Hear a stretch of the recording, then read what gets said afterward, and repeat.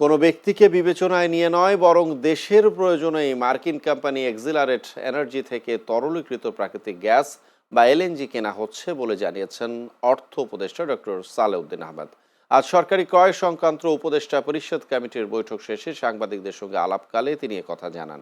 অর্থ উপদেষ্টা আরও বলেন, বাণিজ্য ঘাটতি কমাতে অতিরিক্ত দামে যুক্তরাষ্ট্র থেকে গম আমদানি করা হলেও এর ফলে ভোক্তা পর্যায়ে কোনো প্রভাব পড়বে না।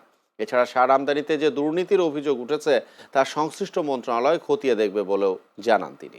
আমরা তো সব ইন্টারন্যাশনাল প্রাইসগুলো কম্পেয়ার করে দেখি, সেটা ওই আমেরিকা হোক, চায়না হোক, বা সৌদি আরবিয়া হোক, কাতার অবশ্য এখন বন্ধ চুপচাপ, অন্যগুলো আমরা করছি, কম্পেয়ার করে করছি, এত সহজ না। আমেরিকা হলে আমরা দিয়ে দেবো। পিটার হাসকে আমরা জানি হতো, পিটার হাসকেই কোথায় করে, এর আগে সে ছিল কি জানি, আরে কি জানি মরিয়ার্টি ছিল না, সে তো গার্মেন্ট, আমরা কি গার্মেন্ট ওখানে দিয়ে দিচ্ছে ওর জন্য।